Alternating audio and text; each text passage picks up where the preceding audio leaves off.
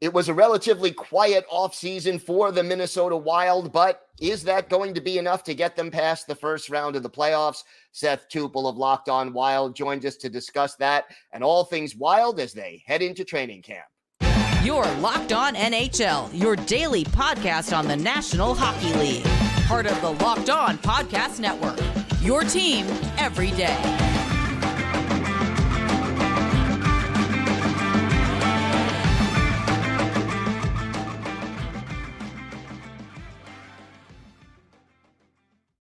And welcome, everybody, to the Monday edition of the Locked On NHL podcast, part of the Locked On Podcast Network, your team every day.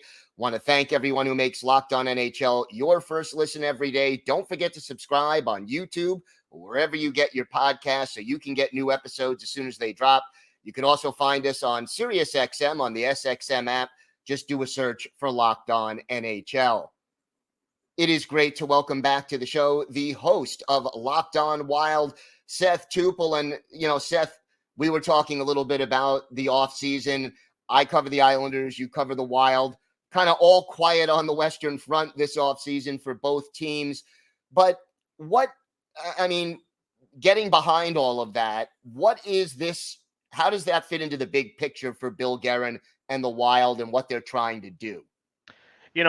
This was always going to be a quiet offseason. The Wild have known since they bought out Zach Parise and Ryan Suter that there were going to be a couple of years in which they just really didn't have money to make a ton of moves. And yet we saw Bill Guerin able to tweak things slightly. He was able to go out and get Pat Maroon for really nothing.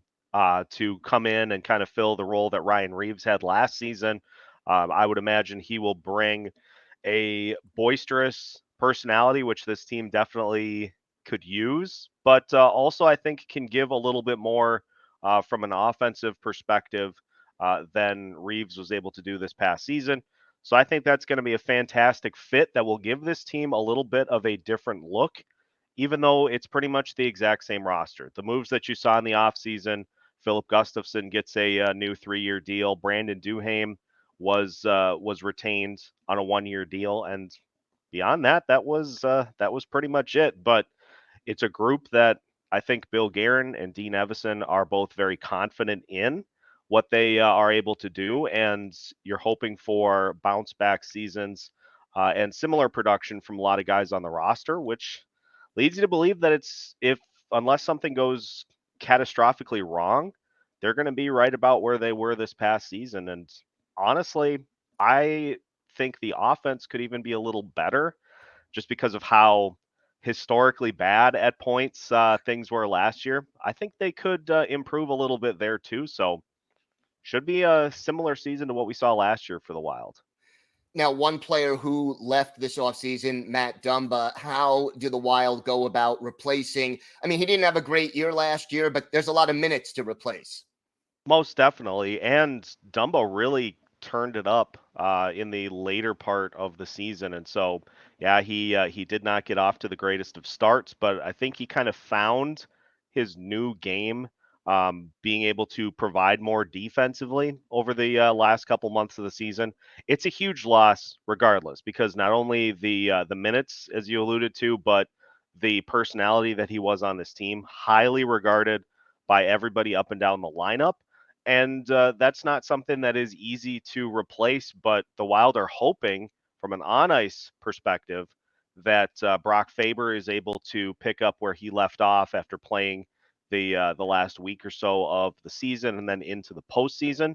Looked really good for the Wild and was even elevated into some key spots defensively in that series against the Dallas Stars. So the hope is that he's able to fill a lot of that time. Obviously, if he is a second pairing defenseman, he'll be with Jonas Brodin, which is it's a pretty good safety blanket to have as a young defenseman in the NHL. So all systems are pointing to Faber being the guy to do it, and that's going to be an interesting thing to watch unfold as the season goes on. You mentioned the extension for Gustafsson. How do you see the two goalies splitting the duties? And I would assume Gustafsson is sort of 1A, if more than anything. Yeah, and it's going to be interesting to watch because Marc-Andre Fleury is on milestone watch this season. He needs, I think, 8 wins to tie Patrick Waugh for second place on the all-time wins list. And so even with Marc-Andre Fleury being the backup this season, he is still going to get plenty of starts. I'm hoping that this is the season that we get like a 50-32 split. Gustafsson getting the majority of the workload, and it sounds like he has really ramped up his conditioning this offseason to accommodate for that. So hoping that is what we see, but for those who kind of roll their eyes when Marc-Andre Fleury goes between the pipes, you're still going to see plenty of him this season. And how do you view his play? I mean, is he still playing at a pretty high level, or do you think that there is a little bit too much wear on the tire tread there? I think he still has something to offer this team. He had some fantastic starts for the Wild this past season. You just have such differing styles of play between Gustafsson and Fleury. Fleury is more prone to keeping the puck moving, trying to kind of kick it to spots to allow his teammates to pick up rebounds and keep going with it. Filip Gustavsson very prone to just stopping play and just if the puck is coming to him, just eating it and just giving that little natural breather. So it's interesting. It took the team a little while to kind of get used to the two of them. But I think as the longer Fleury is here, I think the team gets more comfortable playing in that style. It's just, you have to be more aware of where the puck is when Marc-Andre Fleury's in the net, because there are a lot of instances in which rebounds are just kind of kicked out into the front, right in front of the net. And if you don't have somebody there to pick it up, usually it goes to the opponent, which more often than not leads to second chance opportunities.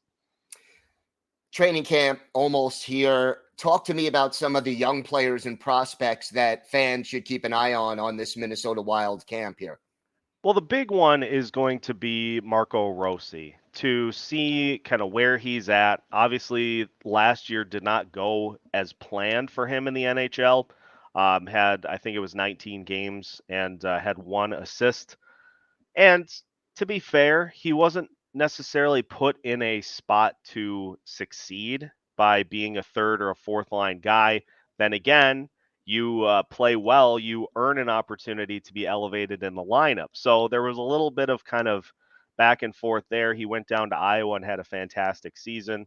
So clearly the talent is there. Clearly he's able to perform well down in Iowa. There just hasn't been that translation of skills to the NHL level yet. And there is an opportunity on the third line for somebody to take a spot amongst that trio. So will it be Rossi? Will it be one of the only signings that this team had outside the organization, Vinny Lettieri? It's going to be interesting to see how that plays out. And then some of the other names who will factor in to this season if there are injuries. Obviously, Adam Beckman, one that Wild fans are familiar with over the last couple of years. I would imagine he'll be one of the top call-up options if needed. Sammy Walker, another one that played with the Wild for a successful stint last year as well. And the other thing to keep watching is that Wild defenseman Kalen Addison still has not, as of yet, accepted the qualifying offer. So that is one that a lot of people just keep looking at and saying, why the heck isn't this done? I would imagine it'll get done before camp starts. I mean, it could be that when he shows up for training camp before he hits the ice, he signs it. But I don't sense anything bad in that instance, because he's been in like every picture that the Wild have posted on social media this summer. So he's clearly around and clearly wants to be here. It's just a matter of putting pen to paper. And so that's just, I think, kind of the final piece of the puzzle for this team from a signing perspective.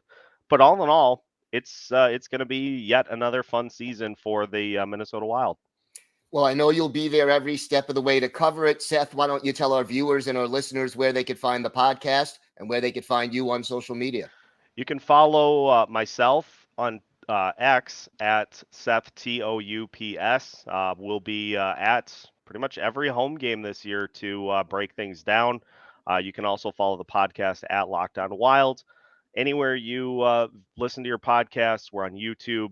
Just follow along as we guide you through the 2023-2024 season. All right, Seth, thanks so much for joining us today. My pleasure.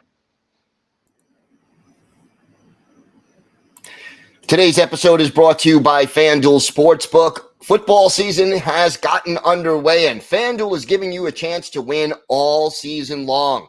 Because right now, when you bet on a Super Bowl winner, you can get bonus bets every time they win in the regular season. Just pick any team to win the Super Bowl, and you'll get bonus bets for every victory all season long. You could use those bonus bets on spreads, player props, over-unders, and a lot more. And it doesn't matter what team you bet on. Anytime they win, you get bonus bets. So visit FanDuel.com/LockedOn and start earning bonus bets with America's #1 sportsbook. That's FanDuel.com/LockedOn. FanDuel.com/LockedOn. Check it out today.